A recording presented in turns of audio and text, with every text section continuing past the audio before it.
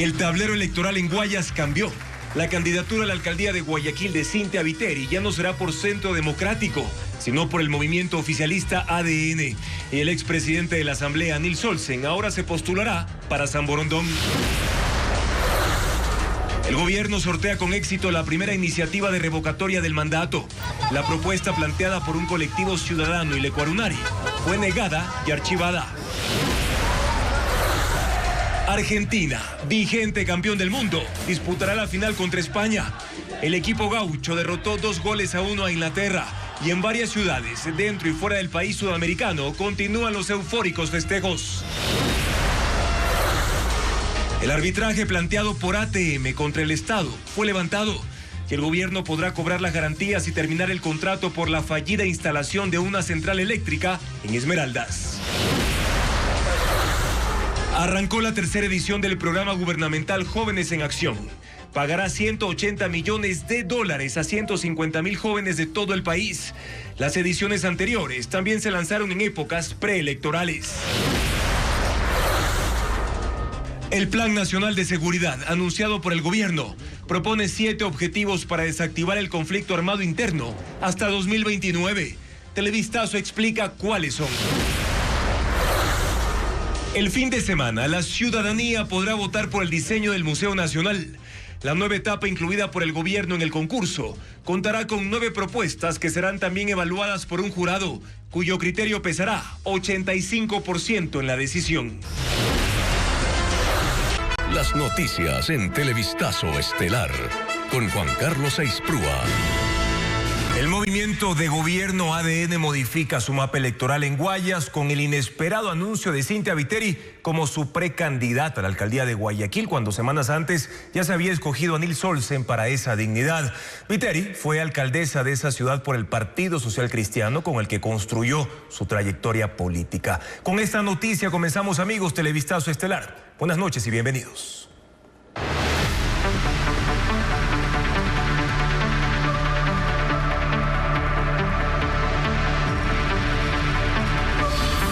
Seccionales. De todo en las papeletas.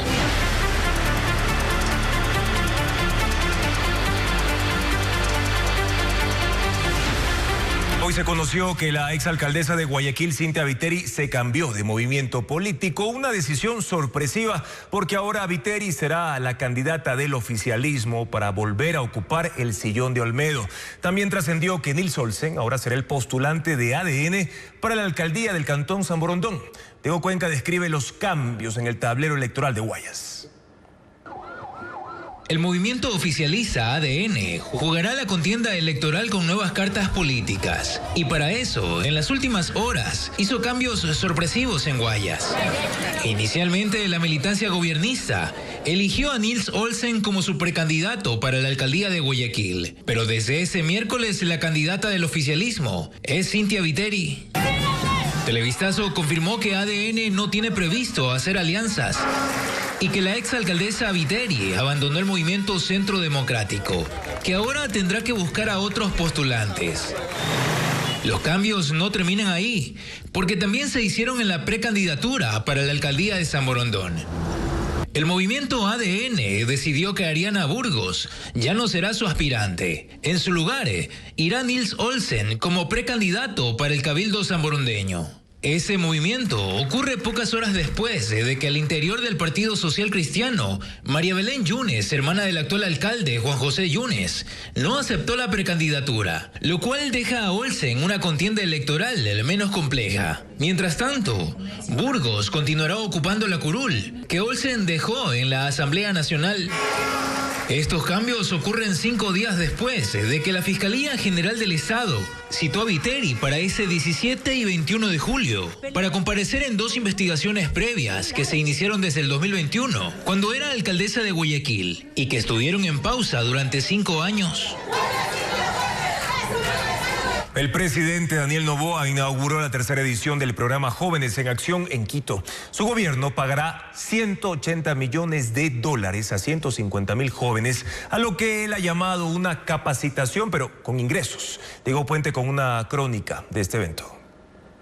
Con cédula en mano y enseñando un correo de confirmación en sus celulares, cientos de chicos seleccionados para participar en la tercera edición del programa Jóvenes en Acción ingresaron a un coliseo en el sur de Quito. A ellos, que no cuentan con un empleo formal, el gobierno les pagará $400 mensuales hasta agosto. Todavía no tienen claro qué actividades realizarán, pero saben qué hacer con ese dinero. Vivo con mi mamá y mi papá y apoyo así, como le digo, pagando los servicios básicos.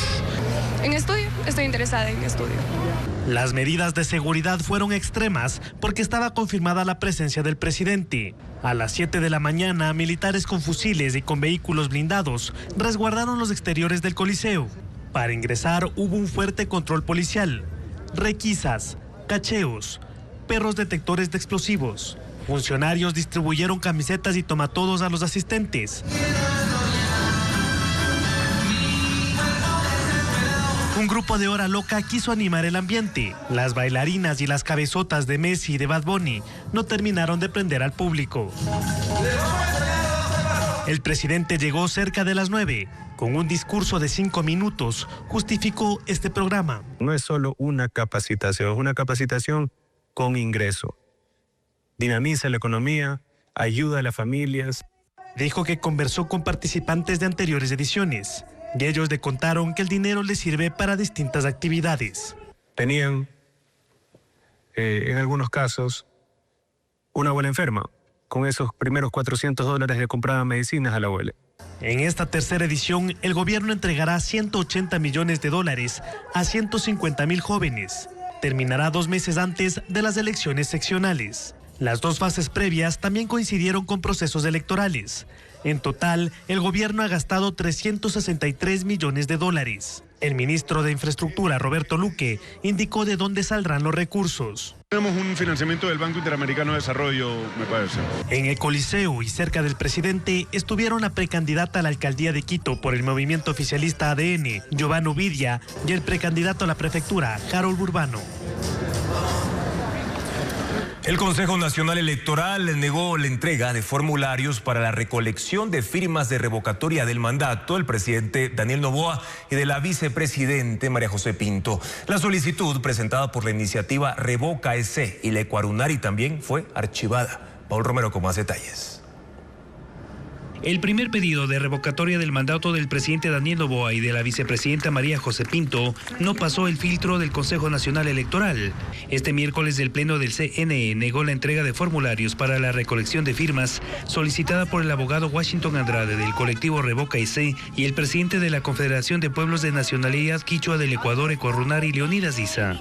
Según el informe jurídico, los peticionarios no demostraron el incumplimiento del plan de trabajo plurianual del presidente y no determinaron de manera clara y precisa las razones para sustentar la revocatoria. Tampoco que el mandatario haya violado alguna disposición constitucional sobre las funciones, deberes y competencias asumidas desde su posesión en mayo de 2025. La petición de revocatoria fue archivada. Esta vez los 5 consejeros aprobaron la resolución por unanimidad. No es algo que pueda tomarse a la ligera. La gravedad que reviste el hecho de interrumpir un periodo de mandato constitucional exige que la activación del procedimiento de revocatoria deba considerarse como excepcional, condicionada a la exigencia de las causales constitucionales debidamente comprobadas por los solicitantes. No resulta suficiente para sustentar la causal de revocatoria, pues no se individualiza la disposición concreta presuntamente inobservada.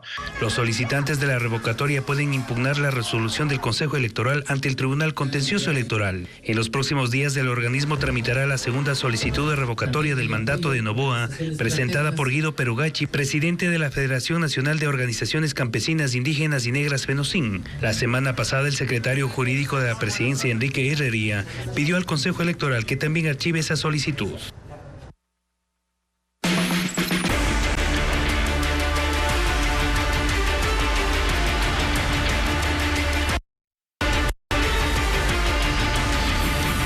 ATM y Progen. Contratos fallidos.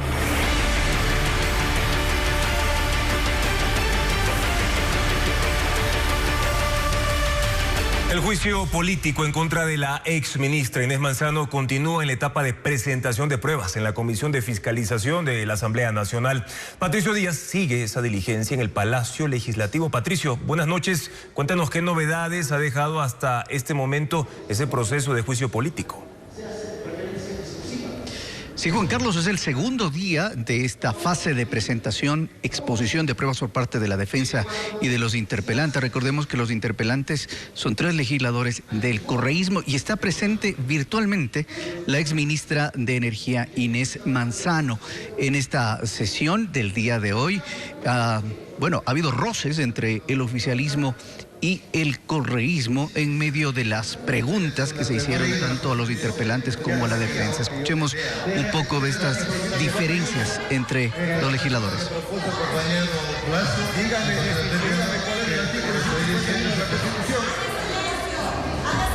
Dígame cuál es el artículo 150 de la sesión. Se toma nota de la suspensión de la sesión, siendo las 18 horas con 36 minutos.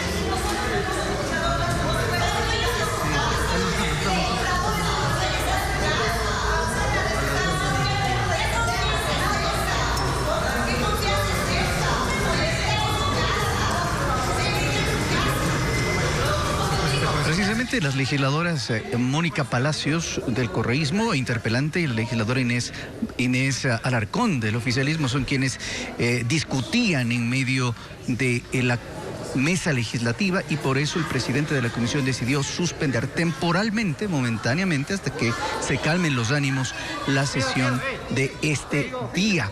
Pero recordemos que los interpelantes han insistido en que la acusación a Inés Manzano no tiene que ver con la firma del contrato específicamente, sino por las omisiones de la supervisión que terminaron en también el pago de gran parte de lo que corresponde a este contrato con Austral. Pero en cambio la defensa durante la jornada de ayer ha presentado, por ejemplo, el arbitraje de la Cámara de Comercio de Quito entre Austral y SELEC, y han dado a conocer, han informado a la comisión que este arbitraje ya tomó una decisión en cuanto a la demanda que había hecho Austral. Esa decisión sería que se archiva la demanda de Austral, y en cambio se iniciaría el trámite de la demanda de SELEC a Austral. Les tenemos un reporte respecto de esa situación. El Tribunal de Arbitraje de la Cámara de Comercio de Quito tomó una decisión sobre la demanda de Austral a SELEC para evitar la terminación unilateral de su contrato con el Estado. Según los abogados de la exministra de Energía, Inés Manzano, el pasado 30 de junio decidió archivar el pedido. Porque ese procedimiento arbitral lo ganó el Estado ecuatoriano. Es decir, ATM ha perdido el proceso arbitral. Lo dieron a conocer en medio del juicio político contra la exfuncionaria que se desarrolla en la Comisión de Fiscalización. El 29 de agosto de 2025, el árbitro de emergencia del Centro de Arbitraje resolvió que SELEC se abstenga de terminar el contrato con Austral mientras se toma una decisión definitiva, y que se suspenda también el cobro de las garantías y multas por retrasos que llegaban a cerca de 23 millones de dólares. Con la decisión, dicen los abogados de la exministra, se podría continuar con esos procesos. El EGP no tiene ningún impedimento para iniciar el proceso de terminación unilateral. El arbitraje, sin embargo, no ha concluido. El tribunal aún deberá resolver la contrademanda de SELEC contra Austral. El 9 de agosto de 2024, SELEC suscribió con Austral o ATM un contrato emergente para la generación termoeléctrica de entre 9 y 150 megavatios por 89.9 millones de dólares. Se le pagaron casi 71 millones. Los generadores debían estar instalados y en funcionamiento para enero de 2025. Se le otorgaron prórrogas y de 48 generadores recibidos, solo 16 podían acoplarse al sistema nacional. Según la respuesta de Manzano a la Comisión de Fiscalización, SELEC no podía dar por terminado el contrato y cobrar las garantías porque el documento obligaba a las partes a pasar primero por una mediación. Patricio, te consulto, ¿cuánto tiempo debe durar este proceso dentro, al interno de la Comisión de Fiscalización, y qué procedimientos o trámites faltan aún? Bueno, está previsto que hasta el 21 de julio concluya esta fase de alegatos, de comparecencias, pero se espera que sea antes, incluso porque hay solo 3 comparecientes convocados.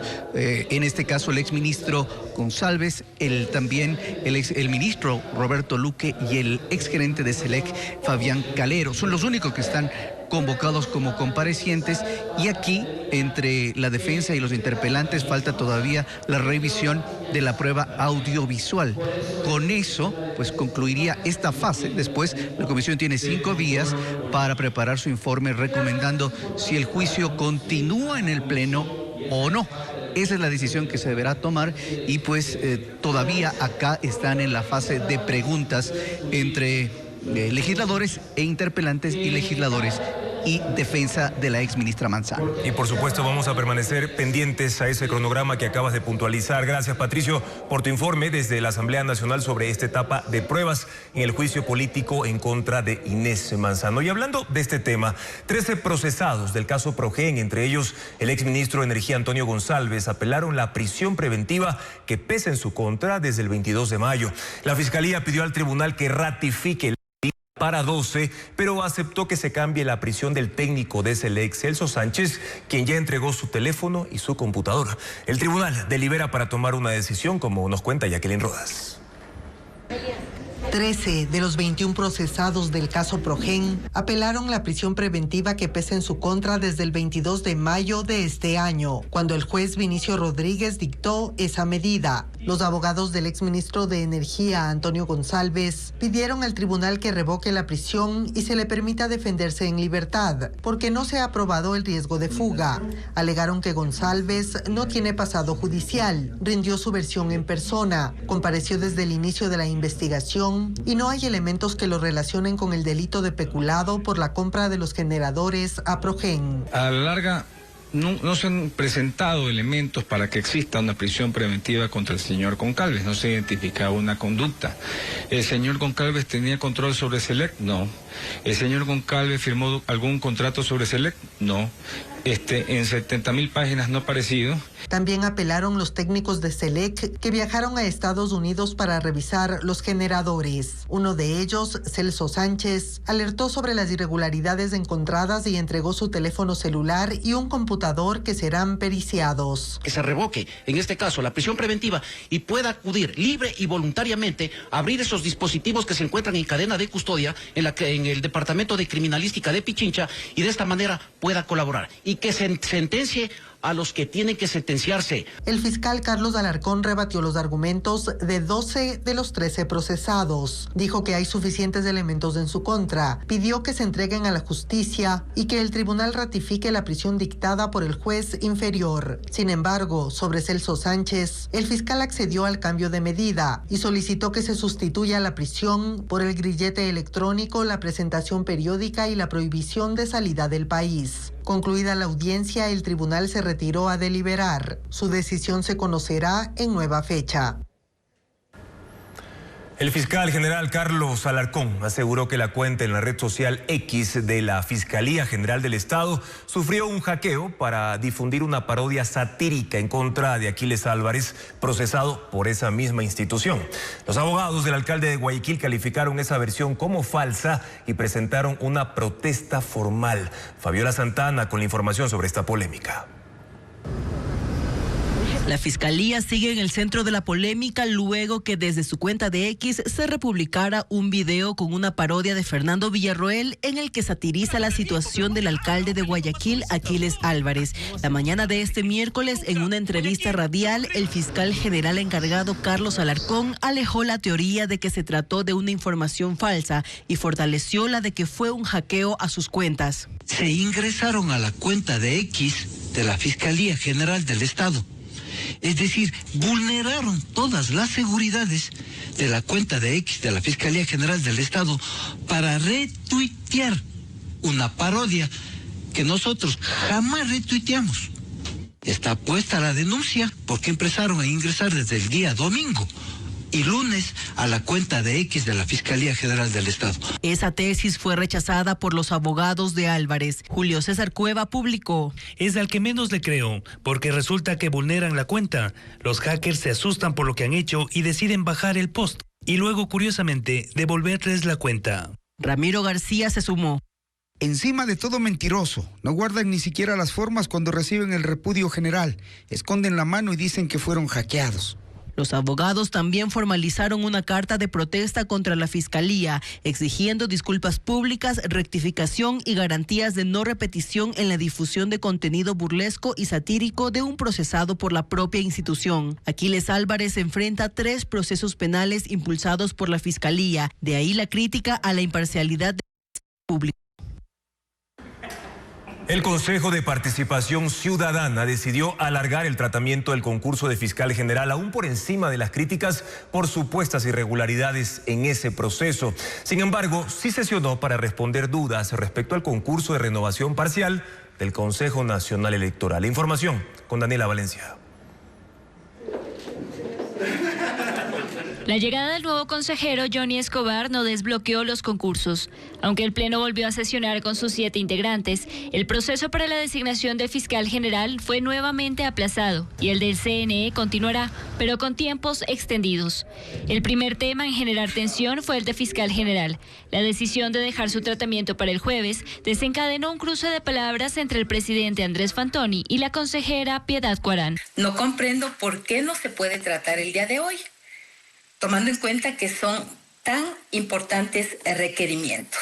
Dejo en evidencia estas actuaciones para que las entidades competentes de control los consideren. El presidente le respondió criticando la actuación de uno de sus delegados en los concursos. Fundamental no significa dejar votada la sesión, compañera. Yo también aquí se fundamenta y ninguno de los consejeros cogemos y nos largamos y damos votadas las cosas. Fantoni optó por deslindarse de responsabilidad por haber ignorado el tratamiento del informe de calificación de méritos de los 28 postulantes.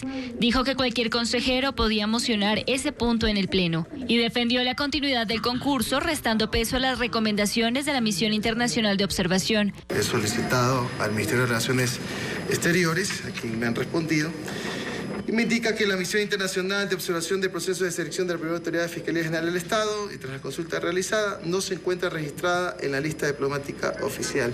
Mientras el concurso para fiscal general tendrá que esperar un día más, el Pleno evacuó otro pendiente. Aprobó un informe respondiendo las dudas de la Comisión de Selección del concurso para la renovación parcial del CNE y dispuso que el proceso se retome inmediatamente. Aspiramos a que ahora que esté completo el organismo, vamos a avanzar en los diferentes concursos que están pendientes. La decisión no implica celeridad. El Pleno aclaró que no solo se deben designar los 7 catedráticos que elaborarán el banco de preguntas, también un banco de elegibles, lo que obligará a realizar una nueva convocatoria a las universidades, una etapa que debía concluir en abril, pero que seguirá extendiéndose. Solicito la presencia. 9 de 17 proyectos van a continuar en el camino para elegir un nuevo modelo para el Museo Nacional. Un jurado hará una evaluación técnica en 2 días para seleccionar a los 3 mejores propuestas. El ministro Roberto Luque defendió esta mañana el nuevo proceso.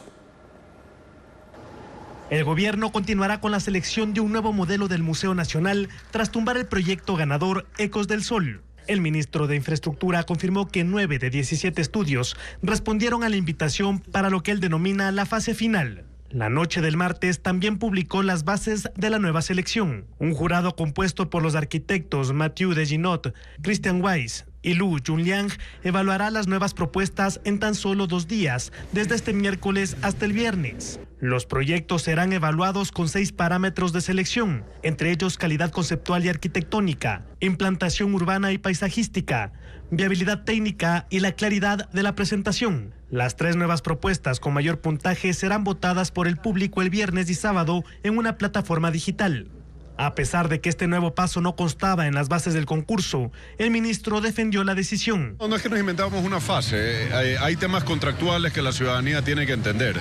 El Ministerio de Educación contrató a la empresa pública para que le entregue la empresa pública, al Ministerio de Educación, un anteproyecto arquitectónico que sea funcional de acuerdo a lo que los ecuatorianos necesitan. Es la responsabilidad de la empresa pública de poder entregar un diseño acorde a lo que los ecuatorianos necesitan. Para ese efecto subcontrató al Colegio de Arquitectos. En ese contrato hay ciertas cláusulas que necesariamente no se cumplieron y en función de eso estamos actuando. Esta nueva etapa no contará con 8 proyectos finalistas, entre ellos el ganador del segundo puesto y el equipo que obtuvo una mención de honor. Los 8 rechazaron públicamente el nuevo procedimiento. Además, se confirmó la renuncia de Carlos Montalvo, director del Museo Nacional, donde reposan las piezas patrimoniales que deberán ir al edificio que llegue a construirse. La guerra en Medio Oriente y el cierre del estrecho de Hormuz pusieron a prueba la capacidad del mercado petrolero mundial. Aunque se evitó una crisis de abastecimiento, el Fondo Monetario Internacional advierte que los recursos utilizados para responder a esa emergencia están cerca de agotarse. Adriana Bermeo detalla los factores que impidieron que los precios del barril se disparen más allá de los $100. El mundo tiene cada vez menos herramientas para enfrentar una nueva crisis petrolera. Así lo advirtió el Fondo Monetario Internacional en un análisis publicado este miércoles. El organismo alertó que los factores que evitaron una crisis energética tras la guerra en Medio Oriente y el cierre del estrecho de Hormuz se están agotando. Antes del conflicto, el mercado producía alrededor de 2 millones de barriles diarios adicionales a los que se consumía, pero entre marzo y mayo de este año se registró un déficit que pudo cubrirse gracias a 3 factores. La demanda de petróleo disminuyó especialmente en Asia. Se usaron las reservas de países como China y otros aumentaron su producción como Estados Unidos y Venezuela. Es un stock de petróleo que normalmente no se estaba incorporando en el pasado y me refiero a el hecho de que Rusia haya podido vender su petróleo durante todo este tiempo cuando Rusia tenía sanciones internacionales que le impedían comercializar petróleo. Brasil, Guyana, Surinam, Argentina, eso permite justamente acolchonar esta parte abrupta de la subida de los precios. Eso permitió que el precio del barril se mantenga estable entre $90 y $100, pero ahora el mercado tiene menos margen para enfrentar una nueva emergencia y las tarifas podrían dispararse. Eso tendría un impacto en los usuarios de Ecuador. Destinar cada vez más cantidad de recursos hacia el combustible, ¿qué crees que va a suceder con el resto de tu demanda? Va a ir cayendo. Según el FMI, si los países no recuperan sus reservas de emergencia, será más difícil responder a un nuevo problema en el mercado petrolero.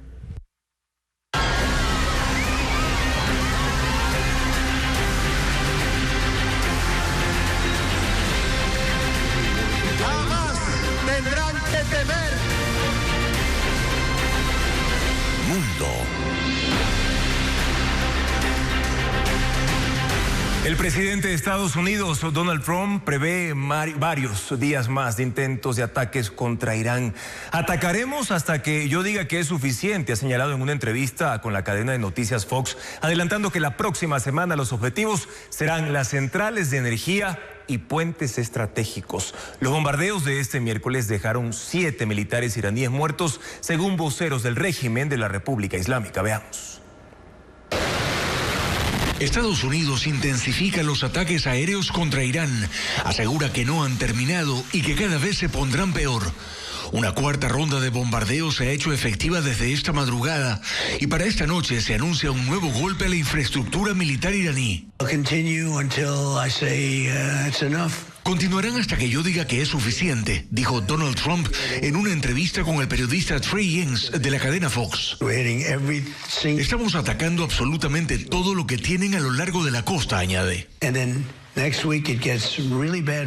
Y la semana que viene la cosa se pondrá muy fea para ellos, porque vienen las centrales eléctricas, vamos a destruirlas, y los puentes también, vamos a destruirlos todos, a menos que se sienten a negociar. En las últimas horas, Estados Unidos lanzó ataques contra embarcaciones militares y sistemas de defensa. Irán dijo que 7 de sus militares murieron y respondió lanzando drones contra aliados de Estados Unidos en Medio Oriente. Impactos en bodegas en la ciudad portuaria de Al-Shuaiba, en Kuwait. Otros estuvieron dirigidos a instalaciones en Bahrein, pero casi todos los misiles fueron interceptados. A inicios de esta nueva escalada, Estados Unidos acusó a Irán de haber violado las condiciones del alto al fuego. La República Islámica dice en cambio que solo responden a acciones de Estados Unidos.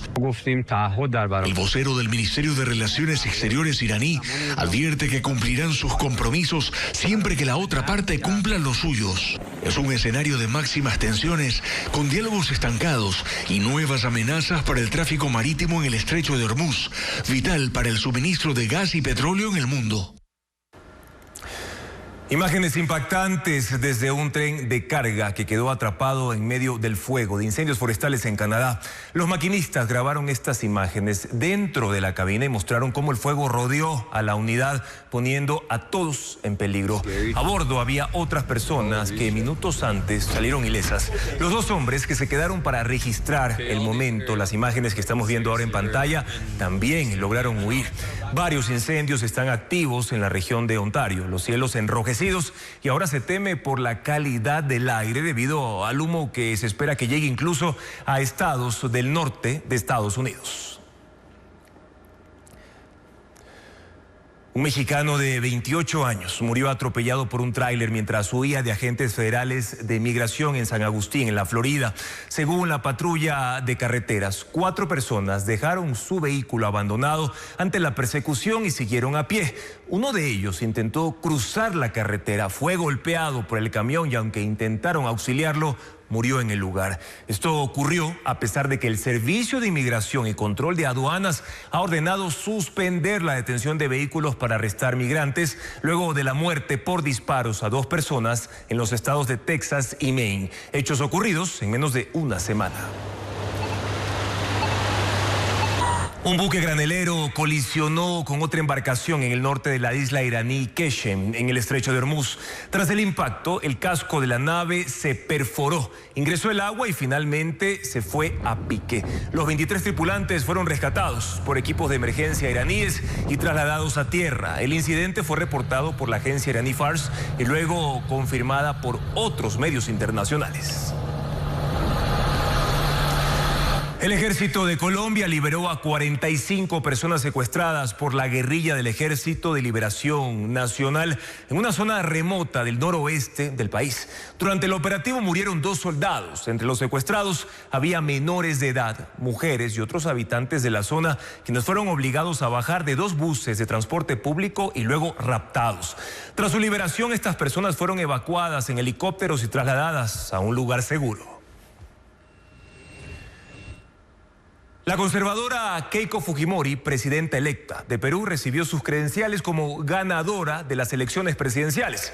Durante la ceremonia celebrada en un teatro de Lima, el presidente del Consejo Nacional Electoral le entregó el documento que certifica la victoria de la líder del partido Fuerza Popular por un margen de casi 50.000 votos sobre el candidato progresista Roberto Sánchez. Fujimori, hija del fallecido presidente Alberto Fujimori, manifestó que aceptaba el triunfo con humildad y que su gobierno estaría integrado por expertos que abordarían los problemas urgentes de ese país. Les contamos ahora que Neil, el joven elefante marino de Tasmania que conquistó a miles de seguidores y se convirtió en una celebridad, se ha ido de la isla dejando un gran recuerdo entre los habitantes.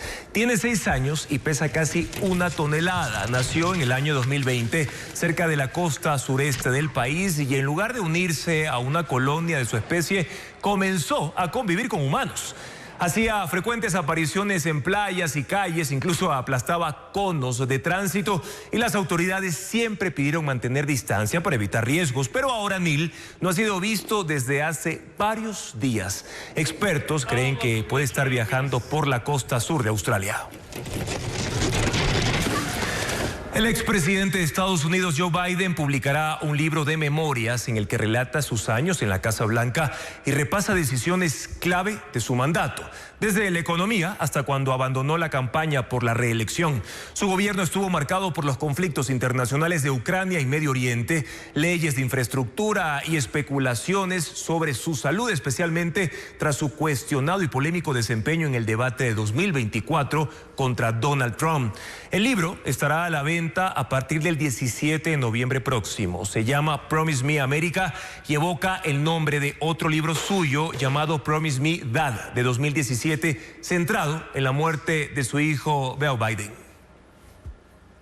Un directivo asesinado, una universidad como escenario del plan y 6 personas procesadas, entre ellas un adolescente, forman parte de un caso que ha generado conmoción en Quito. La Fiscalía sostiene que el crimen del gerente financiero de la UDLA se planificó desde adentro.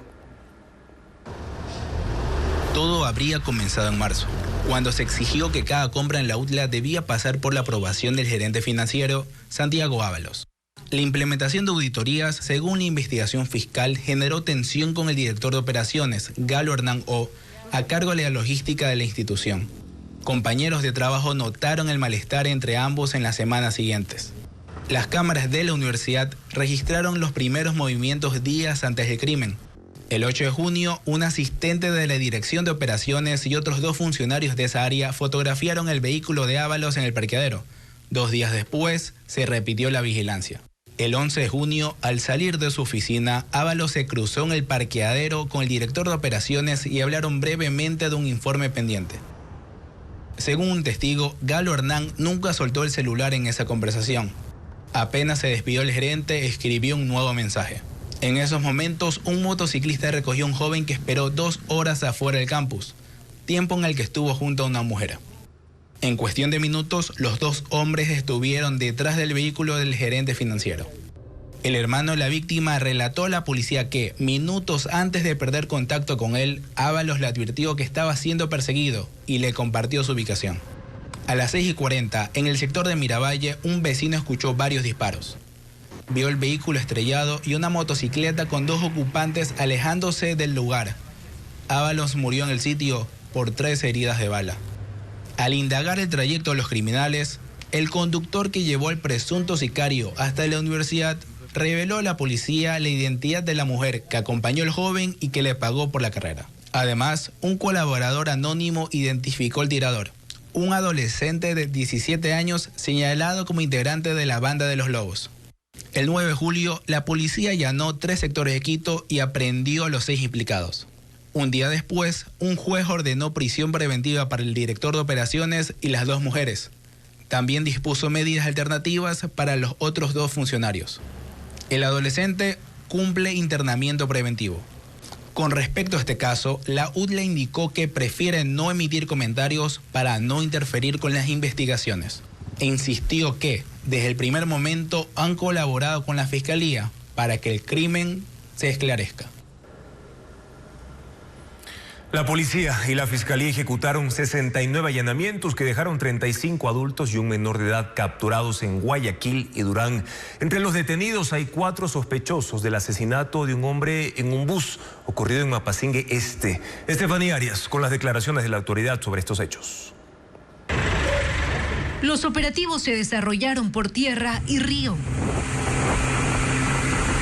Durante la noche del miércoles y madrugada del jueves, la policía realizó 69 allanamientos simultáneos en 5 sectores de Guayaquil y en el cantón Durán. Intervenciones que dejaron 35 detenidos, entre ellos 10 mujeres y un menor de edad aislado. Tenemos aquí varios indicios asociativos a diferentes delitos. Según el comandante de policía, 8 bandas criminales son las implicadas. Latin King, Águilas, Tiguerones, Lobos, Lagartos, Mafia 18, Carniceros y Choneros. Además, dentro de los aprehendidos están 4 hombres que estarían vinculados a la muerte de un pasajero dentro de un bus en Mapasingue Este, ocurrida la tarde del martes 14. Al llegar al domicilio de estas personas, encontraron 2 máscaras. Estas máscaras están asociadas a 2 robos a las gasolineras en este sector también del distrito de La Florida. Los policías también decomisaron armas, bloques de droga, motores de lancha, municiones, vehículos y 32 motocicletas, entre otras evidencias. Tráfico de drogas, tráfico de armas y municiones y explosivos, secuestro, extorsiones, delitos contra la propiedad. prendas de vestir policial, que en este momento estamos levantando la información de a qué servidor policial, específicamente desde una escuela de formación, pertenecería. Sobre las 17 cajas de pirotecnia, señaló Villarroel, los grupos delictivos las utilizan como una manera de comunicarse. El alcalde de Esmeraldas, Vico Villasís, fue trasladado a la Fiscalía General para que rinda su versión dentro del proceso de lavado de activos por el que es procesado penalmente. Fabiola Santana con los detalles de esta diligencia. El alcalde de Esmeraldas, Vico Villasís, fue visto nuevamente tras permanecer 41 días recluido en la cárcel de La Tacunga. Llegó en una de las 2 camionetas con vidrios polarizados que trasladaba además a otros 3 procesados con la custodia del Grupo de Vigilancia Penitenciaria. Todos ingresaron al edificio donde tenían previsto rendir su versión dentro de la investigación penal por lavado de activos en el caso Blindaje. El alcalde no respondió preguntas a la prensa. Lo hizo su abogado Gustavo García. Va a decir todo, la verdad, todo lo que sabe, conoce del hecho, y yo creo que con esta explicación tendremos una teoría del caso más sólida a favor de que se ratifique el estado de inocencia en el momento procesal oportuno de Vico Villasís. Esta diligencia se efectuó a una semana de que se vincule al proceso a 3 empresas con las que tiene relación y 2 días antes de que se instale la audiencia de apelación a su prisión preventiva. Vico Villasís está detenido desde el 3 de junio junto a otras 7 personas. La Fiscalía le formuló cargos por presunta inconsistencia en su patrimonio de $7.5 millones. Además, lo acusó de enviar dinero mediante vehículos blindados a quienes supuestamente le ayudaron en la obtención de 2 acciones de protección que obligó a Petroecuador a pagar $17 millones en total. La Fiscalía también dijo que la mitad del dinero de un contrato con Petroecuador llegó al todavía alcalde.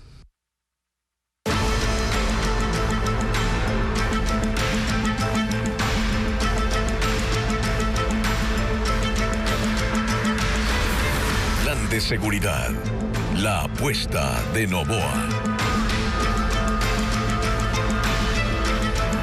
El Plan Nacional de Seguridad propuesto por el gobierno plantea 7 objetivos para pasar de un estado de conflicto interno a un entorno de normalidad. El documento no señala un cronograma con fechas concretas, sino plazos estimados. Estefanía Arias resume esas acciones.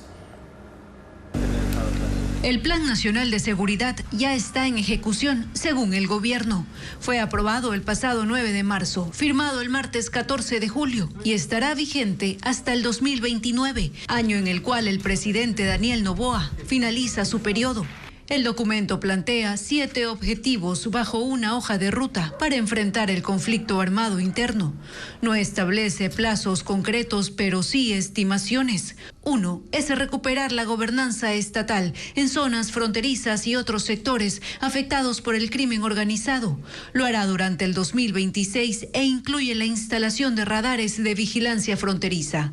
Para el eje 2, el de anticipar y neutralizar amenazas, aspira hasta el 2028 modernizar el sistema de emergencias con una inyección de $50 millones para renovar de forma inmediata su operatividad.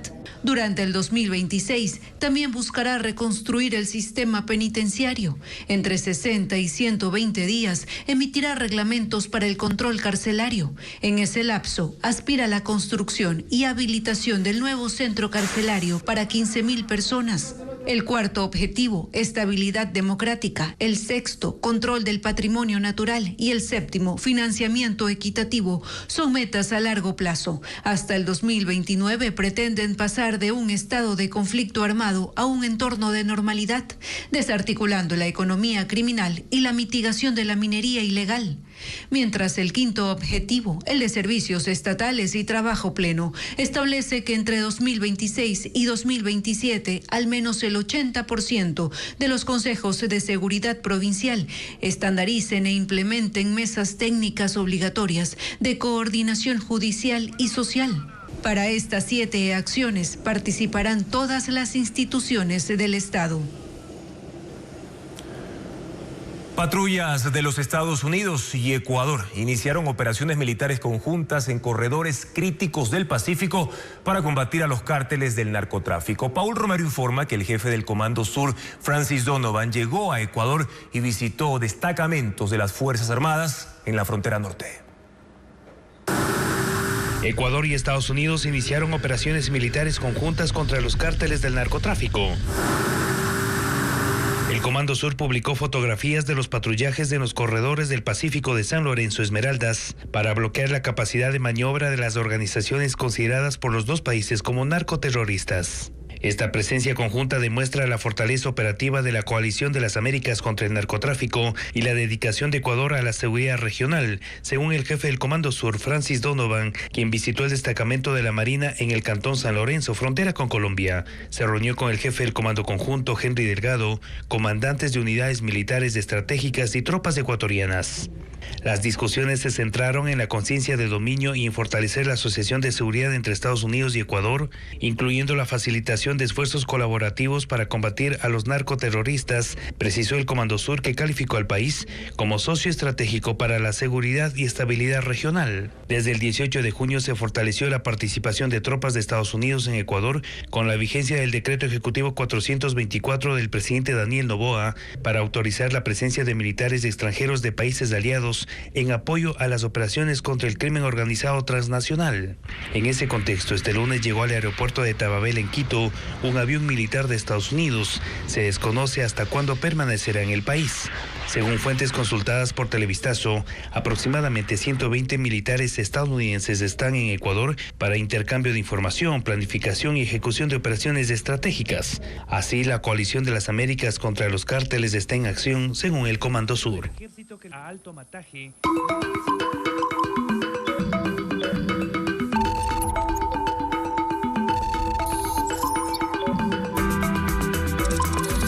El radar digital.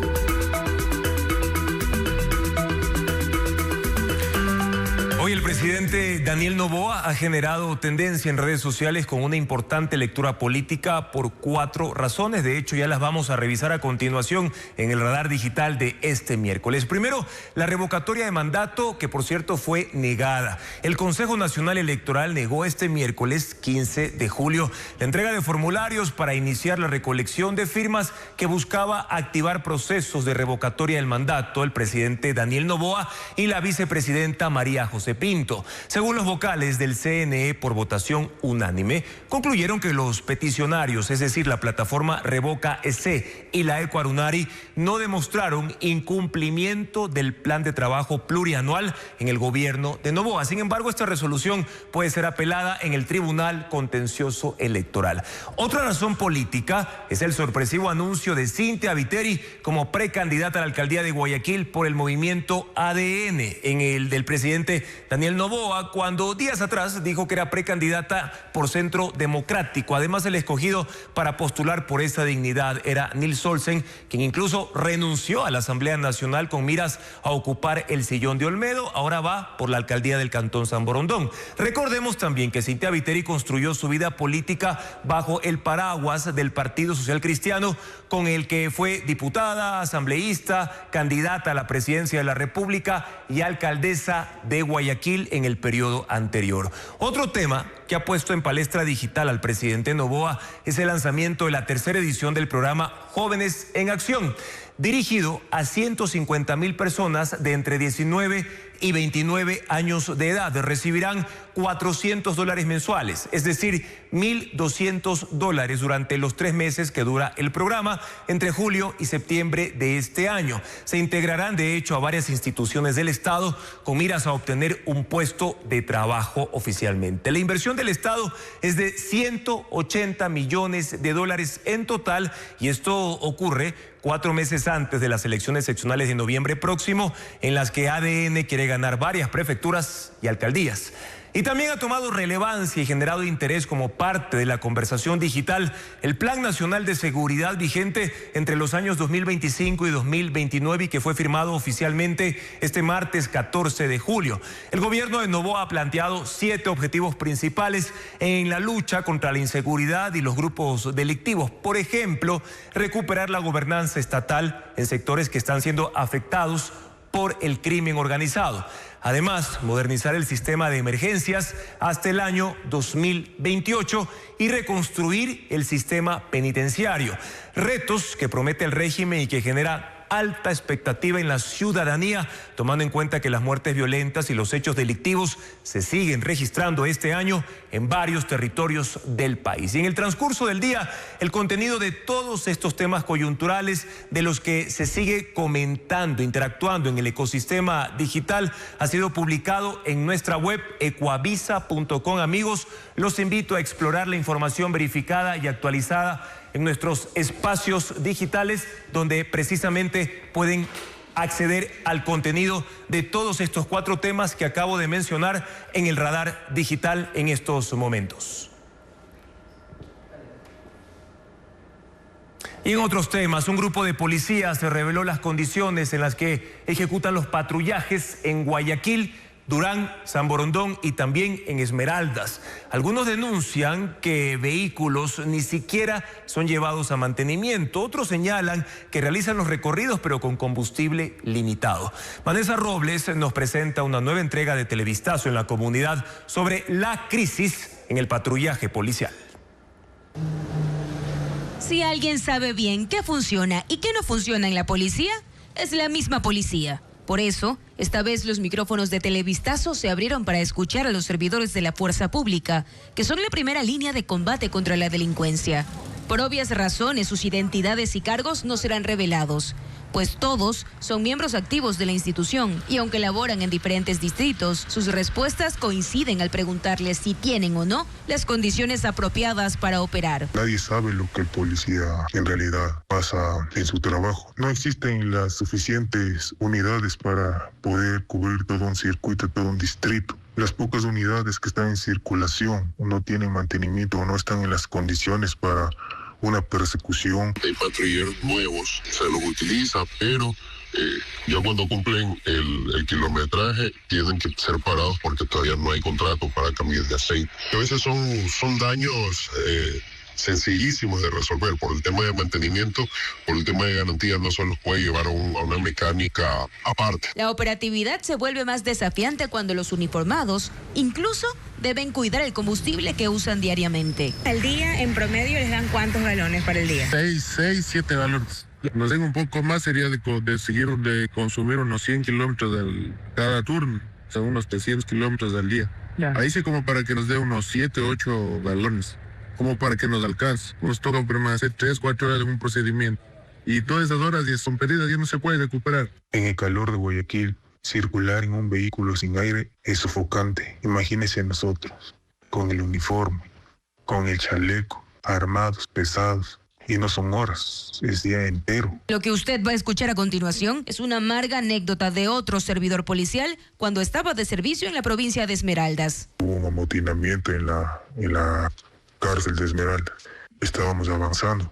Mi vehículo patrullero, esas llantas eran lisas y en eso se nos revienta el neumático de la parte de atrás y eso casi nos ocasiona un volcamiento. Ante estas situaciones, les preguntamos si alguna vez les ha tocado poner de su dinero para lograr que un patrullero esté operativo. Esto respondieron. A veces uno tiene que recurrir a sacar de su bolsillo para poder rodar, porque entre hacer patrullaje a pie y poner una cuota para poder hacer que el vehículo esté operativo, entonces la gente prefiere poner la cuota. Testimonios que revelan que la crisis de seguridad no solo se mide en estadísticas de muertes violentas, sino que también retratan una paradoja alarmante. Los casi 8,000 policías de Guayaquil, Durán y San Borondón que ya luchan contra el crimen, también tienen que luchar contra la burocracia.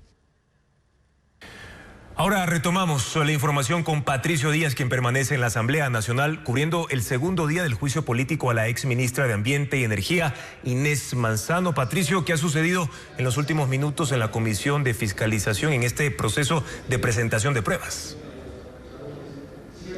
Sí, Juan Carlos, esperaba que ya inicie esta fase en la que se revisaban las pruebas audiovisuales, pero todavía no han llegado nuevos legisladores e insisten en sus consultas tanto a la defensa como a los interpelantes. El punto clave, Juan Carlos y amigos televidentes, que han intentado los interpelantes de determinar son omisiones de la exministra después de conocer irregularidades en este contrato con Austral y la no entrega a tiempo, la postergación de entrega de los generadores por parte de esta empresa, mientras la defensa ha ratificado que la ministra ha solicitado, por ejemplo, que Contraloría haga una auditoría general al contrato y también otras acciones. Recordemos que la defensa ayer también mencionó que el arbitraje que se lleva a cabo en la Cámara de Comercio de Quito determinaba que no se podía de ninguna manera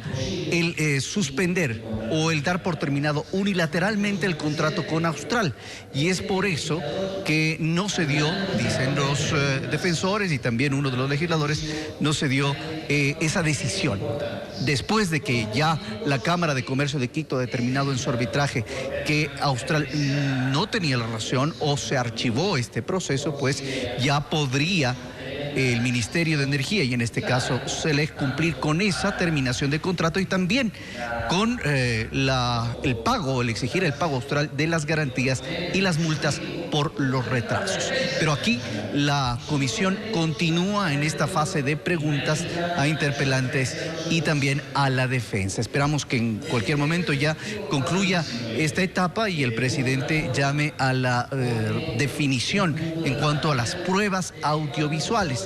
Mañana se esperaba que vengan los comparecientes, los 3 comparecientes que habíamos mencionado, el exministro González, también el ministro de Infraestructura Roberto Luque y el exgerente de SELEC, Fabián Calero.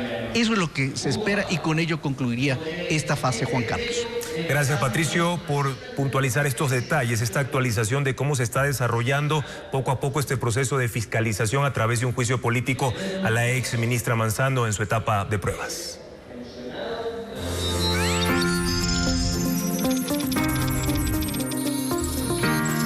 Tecnología. ¿Puede una simple colilla de cigarrillo convertirse en carretera? Bueno, les cuento que en Eslovaquia la propuesta de un joven transforma lo que antes era contaminación como botaderos o alcantarillas en un material reciclado que promete cambiar el futuro del asfalto. Jorge Luis Vaquerizo nos muestra cómo esta tecnología que aprovecha residuos ya se prueba en una ruta europea y podría incluso marcar un nuevo camino hacia la innovación ecológica. En Eslovaquia, la idea de un joven ya forma parte de un tramo de más de 1 kilómetro en una ruta remota utilizada para transportar carga pesada. Las colillas de cigarrillo que acabarían en botaderos, incineradores o en el peor de los casos en alcantarillas, primero se secan y trituran. El producto final es un granulado reciclado que se incorpora a la mezcla del asfalto. A primera vista, no hay diferencia en esta carretera, pero los investigadores esperan mejores resultados con el nuevo pavimento, que promete mayor durabilidad. Más de 1.6 millones de colillas se mezclaron con el asfalto caliente pétreo, de mayor dureza, utilizado tanto en las capas inferiores como en las superiores de desgaste de esta carretera. La expectativa es que las fibras de las colillas, integradas en este asfalto más ecológico, ayuden a reducir las formaciones de surcos y otras deformaciones generadas por el asfalto normal. Hasta la fecha se han reciclado 90 toneladas de colillas, con el apoyo de municipios, empresas privadas y ciudadanos.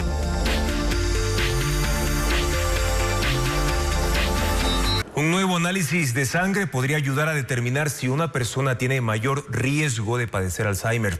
El estudio elaborado en Boston identifica la posibilidad de que se desarrolle la enfermedad incluso hasta 10 años antes de que aparezcan los síntomas.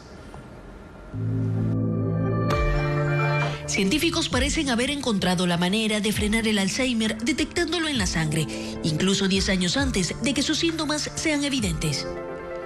Lo lograron con una prueba que detecta las proteínas amiloide y tau, que provocan el daño cerebral que desata la enfermedad. Mientras mayor sea la presencia de esos marcadores, la probabilidad de padecer Alzheimer es más alta. Las pruebas se realizaron en 1.350 personas entre 40 y 75 años. 86 de ellos presentaron niveles altos de dichas proteínas y mostraron un peor rendimiento cognitivo y deterioro en la memoria verbal y en la velocidad de procesamiento en un periodo de 5 años. La investigación realizada por el Instituto de Neurociencia Mass General Brigham de Boston, que agrupa a 300 especialistas, marcó un hito en la medicina. La doctora Reese Sperling, una de las autoras, dice que la acumulación de amiloide y tau en el cerebro es progresiva y que encontrar un análisis que indique en qué etapa del proceso está el paciente es más importante que simplemente dar positivo o negativo para la enfermedad. Predecir el inicio de los síntomas del Alzheimer con tantos años de anticipación no solo permitirá identificar a personas sanas con alto riesgo de padecerla, también aumentará la efectividad de los fármacos que están en el mercado o se están desarrollando, que no pueden revertir el daño cerebral que causa, pero sí frenarlo. Continuamos informando. 3 movimientos políticos anunciaron una alianza para llegar a la alcaldía de Guayaquil. Y en El Oro, un precandidato desistió a su postulación para la alcaldía de Machala. Diego Cuenca con otras novedades electorales. Anoche los movimientos Pachacutic, Unidad Popular y Futuro 20 anunciaron públicamente su coalición política para participar en las seccionales de Guayas. En el evento presentaron a Mónica Luzárraga como su precandidata para la alcaldía de Guayaquil, luego de que abandonó el Partido Socialista Ecuatoriano PSE, que iba a auspiciar su postulación. De una propuesta de alcaldía absolutamente ciudadana, sin compromisos, sin condicionamientos, sin imposiciones de ningún tipo. La salida de Luzárraga del PSE generó una ruptura en la alianza que buscaba formar el correísmo con el Partido Socialista, bajo el lema Todos menos ADN, para enfrentar las candidaturas del oficialismo. El evento para presentar a Luzárraga se realizó en el Centro de Convenciones de Guayaquil, con varias presentaciones artísticas, entre ellas la Orquesta Don Medardo y sus players. En la provincia de El Oro, Clemente Bravo, quien es el precandidato del Movimiento Sur para la alcaldía de Machala, presentó ante el órgano electoral de esa organización política la solicitud para desistir de su postulación con ese movimiento. Así lo confirmó la delegación provincial del CNE que la tramita. Bravo, quien es el actual prefecto de esa provincia, dio varias entrevistas a medios locales la semana anterior y aseguró que estaba en conversaciones con el movimiento ADN para ser el candidato del oficialismo para la alcaldía de Machala. Mientras esas negociaciones políticas se concretan, Clemente recorre la provincia en compañía de Danilo Palacios, quien es el precandidato del movimiento ADN para la prefectura orense. La búsqueda de los 6 desaparecidos tras el aluvión en Guadalupe entra en su recta final. Según el COE provincial, los operativos concluirán este domingo cuando se cumplan 2 semanas de la tragedia. Con el tiempo en contra, la familia de uno de los desaparecidos buscó una forma de ayudar. Alejandra Sánchez nos muestra el panorama en ese territorio. El tiempo para encontrar a los 6 desaparecidos del aluvión en Zamora se acorta. Según el COE provincial, las labores de búsqueda se mantendrán hasta este domingo, cuando se cumplan 2 semanas de la tragedia. Entre quienes aún no han sido localizados está Luis Miguel Granda, de 34 años, casado, padre de un niño e integrante del equipo de seguridad que acompañaba a la gobernadora Ivonne Panchi, también desaparecida. Su familia decidió no desperdiciar ni una hora. 26 primos reúnen dinero para mantener una cocina a orillas del río Zamora, en el barrio Muchime de Llansasa. Allí preparan almuerzos y refrigerios para los rescatistas que recorren el río en búsqueda de los 6. Un atún, un jugo y un paquete de galletas.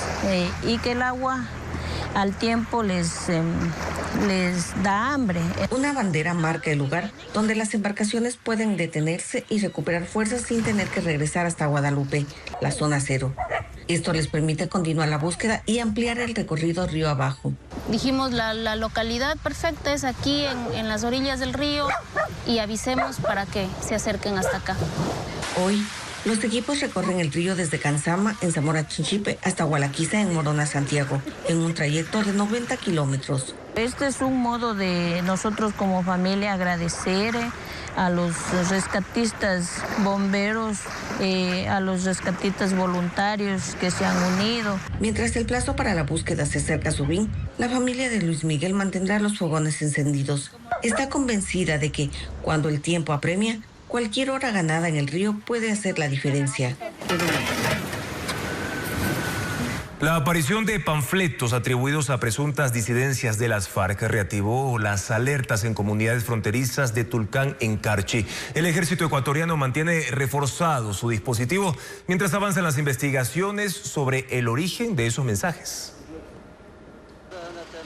La tensión vuelve a escalar en la frontera norte, en Carchi. En menos de una semana, la difusión de 2 panfletos atribuidos a presuntas disidencias de las FARC generó temor en las comunidades de las parroquias El Carmelo y Julia Andrade en Tulcán. Los documentos contienen amenazas y mencionan objetivos militares. Inteligencia investiga la veracidad de estos mensajes que se difundieron en WhatsApp y otras redes en la misma zona donde el ejército ecuatoriano reforzó la seguridad hace 11 días, tras el enfrentamiento entre militares colombianos y la disidencia Comandos de Frontera, ocurrido a 3 kilómetros del límite con Ecuador. El comandante general del ejército ecuatoriano, John Eduardo Miño, llegó a la provincia para supervisar las operaciones. La población está tranquila y el ejército conserva su dispositivo reforzado en la frontera norte. La coordinación entre los ejércitos de Ecuador y Colombia permitió rastrear el origen de uno de los panfletos. El primer panfleto fue a través de un chip de Colombia, el cual, de acuerdo a la información, es un chip comprado en un kiosco, en una tienda, y que no tiene registro de dueño. Otro de los puntos bajo vigilancia es el Gualtal, en el cantón Espejo, donde hace 8 meses se reportó la presencia de disidentes armados. En este sector se desarrolló una mesa de seguridad y se coordina la construcción de un nuevo destacamento militar. Reforzar los patrullajes con el ejército en este sector, desde este sector de Hualchán, Las Juntas, Corazón de Mundo Nuevo, lo que es el Morán, de tal manera que que haya la presencia de nuestro ejército ecuatoriano controlando el sector. En Carchi también se mantiene la expectativa por el apoyo en materia de seguridad anunciado por Estados Unidos para fortalecer la frontera con Colombia, aunque hasta el momento no se han dado a conocer detalles.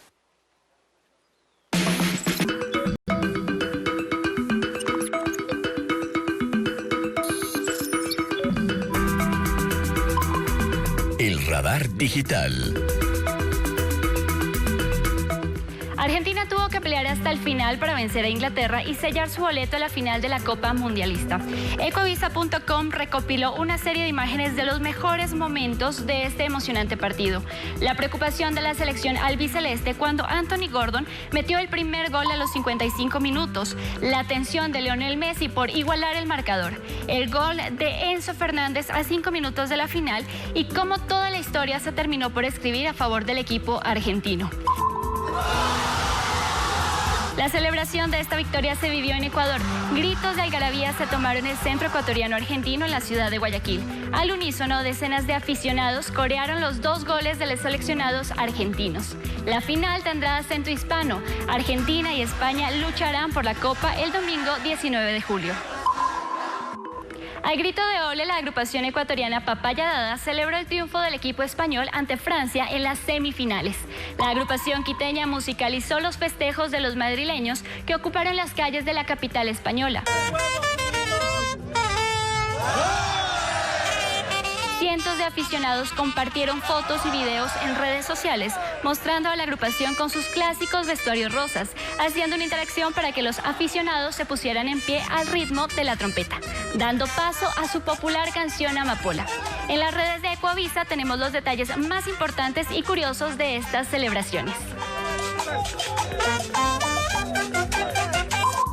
Y mucha atención porque China limita la dependencia emocional hacia los chatbots. A partir de hoy, el gigante asiático aplicó una regulación para terminar con las parejas virtuales generadas a través de inteligencia artificial. La normativa fue publicada en abril pasado y advierte que este tipo de herramientas complacen en exceso a los usuarios y pueden dañar las relaciones interpersonales reales, por lo que pone especial énfasis en la protección de los menores de 14 años. Líderes del sector como ByteDance y Alibaba ya anunciaron la suspensión de sus funciones de compañeros virtuales. Frente a esta decisión, cientos de usuarios se han pronunciado en redes donde comparten sus últimas conversaciones y archivan sus historias. Toda la información que ustedes necesitan saber sobre esta regulación está en ecovisa.com.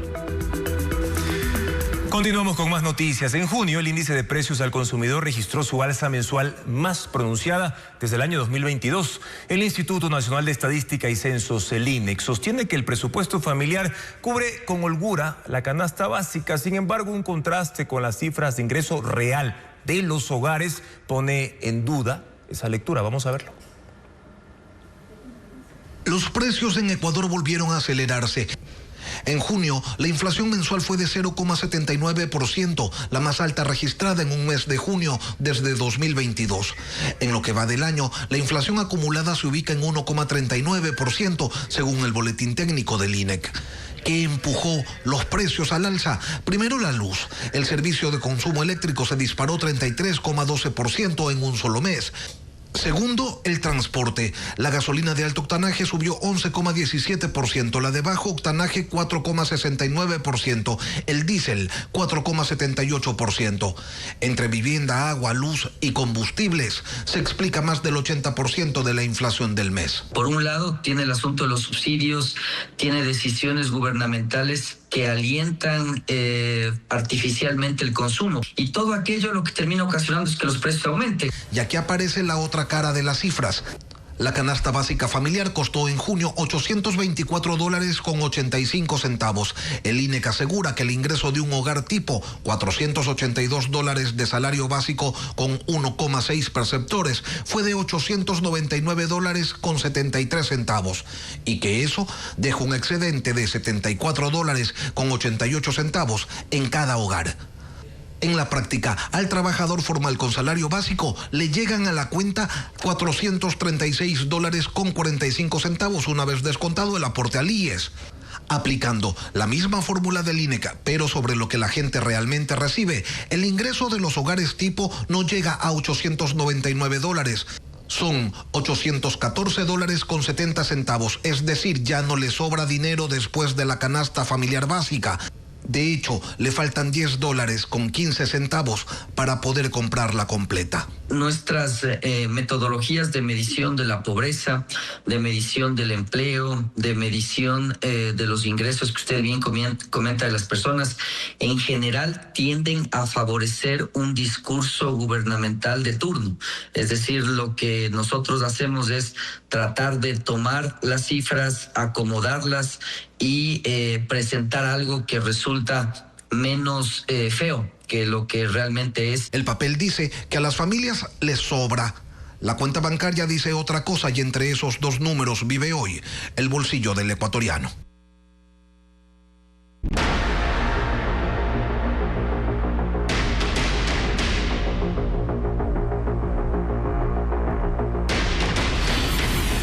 Fusarium. Segundo caso en el oro.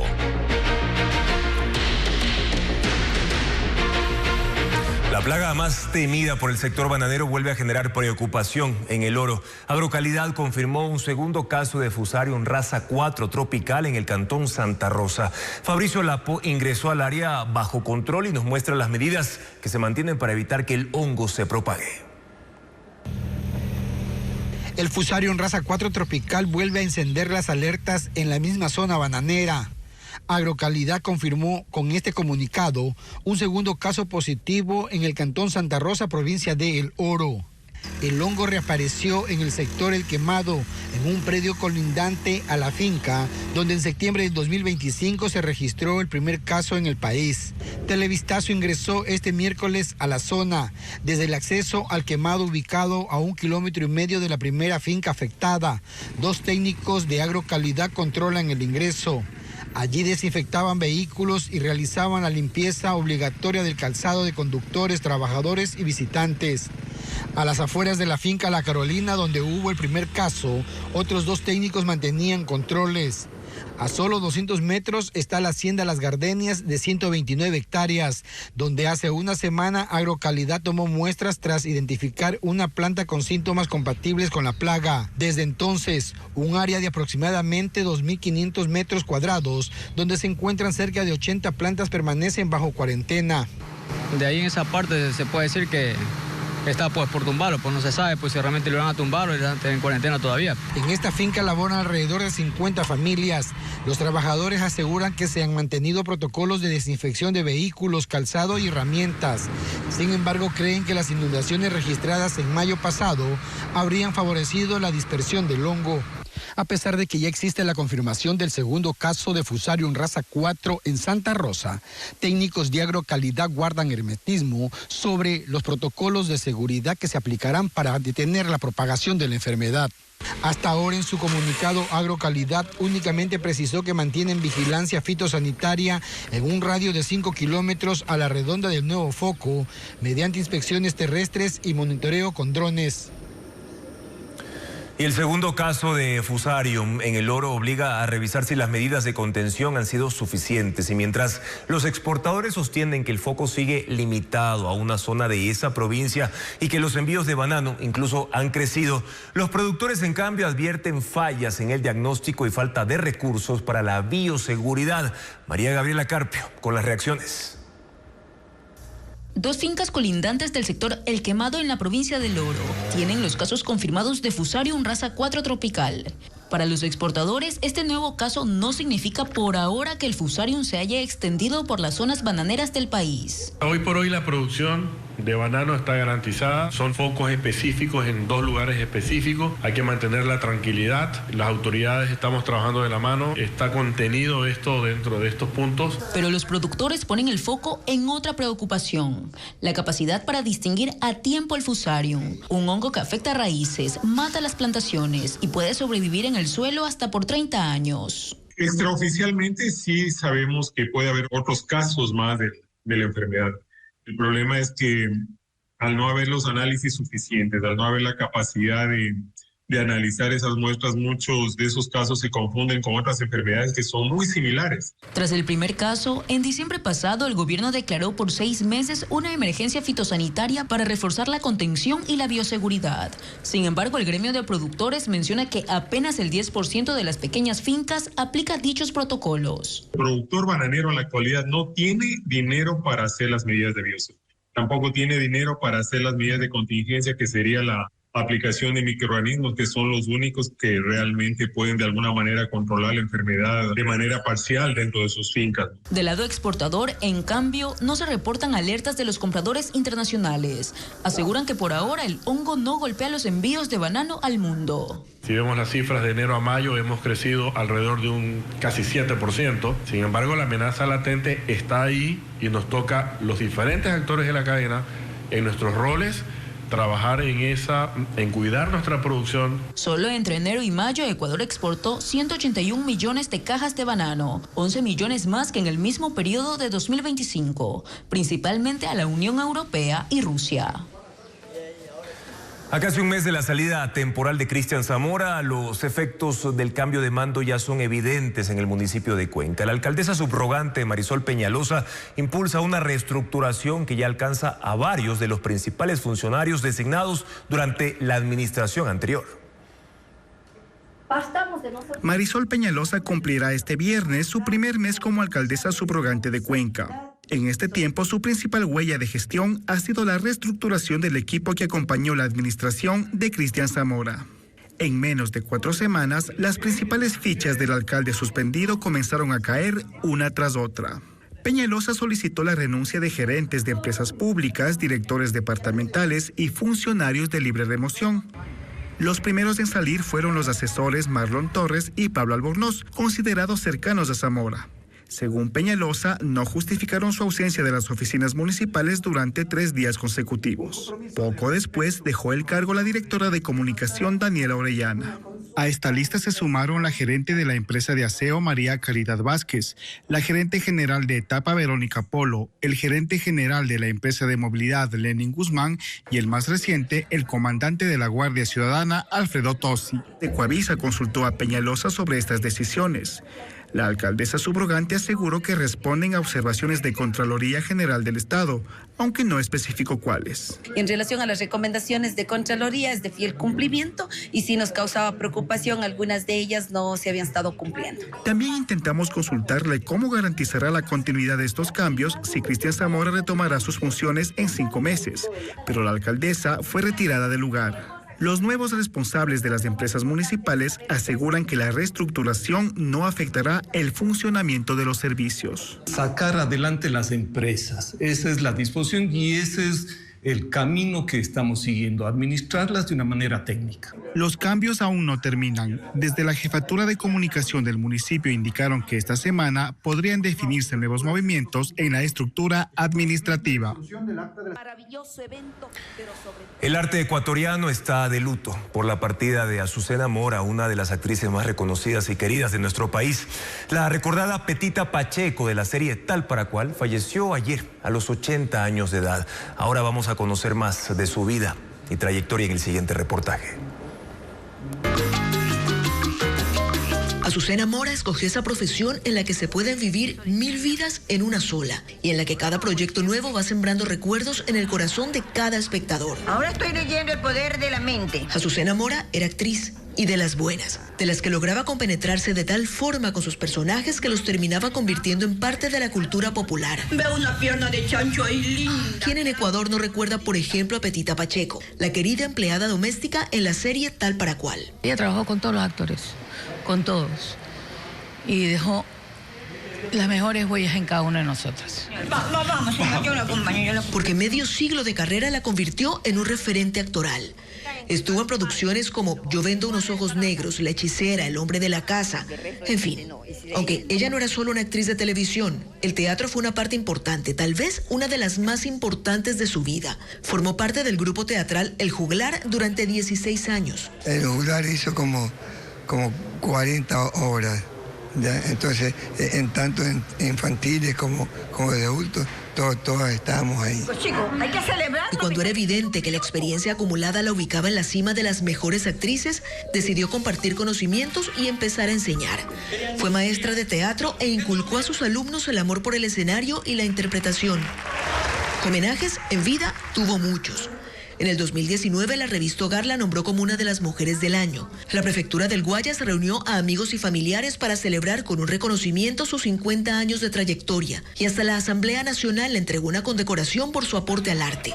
Su nombre real no era Azucena, era Livia. Se llamaba Livia Lidia Mora Mendoza, y en octubre próximo hubiera cumplido 81 años. Estuvo casada, tuvo una hija y 3 nietos. Azucena hay que recordarla riendo, porque ella era un cuaje de risa tanto en escena como en su vida cotidiana, así que hay que recordarla así. Tras medio siglo de trabajo artístico, hoy Azucena Mora descansa. Y el país le agradece por las risas, por la entrega, por los recuerdos que la mantendrán siempre presente en la memoria del Ecuador.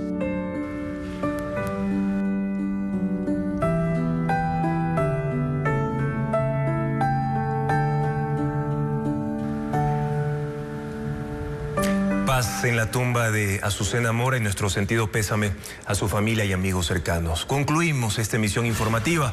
Mañana en Contacto Directo estarán Jorge Llanes, presidente del Colegio de Abogados de Guayas, para hablar de la emergencia en la justicia y los jueces temporales. Además, Ana Cristina Benavides, vicerrectora académica intercultural y comunitaria de la Universidad Amautay Huasi, para hablar de la intervención de ese plantel superior. Gracias, amigos, por habernos acompañado en esta emisión informativa. Que tengan una buena noche.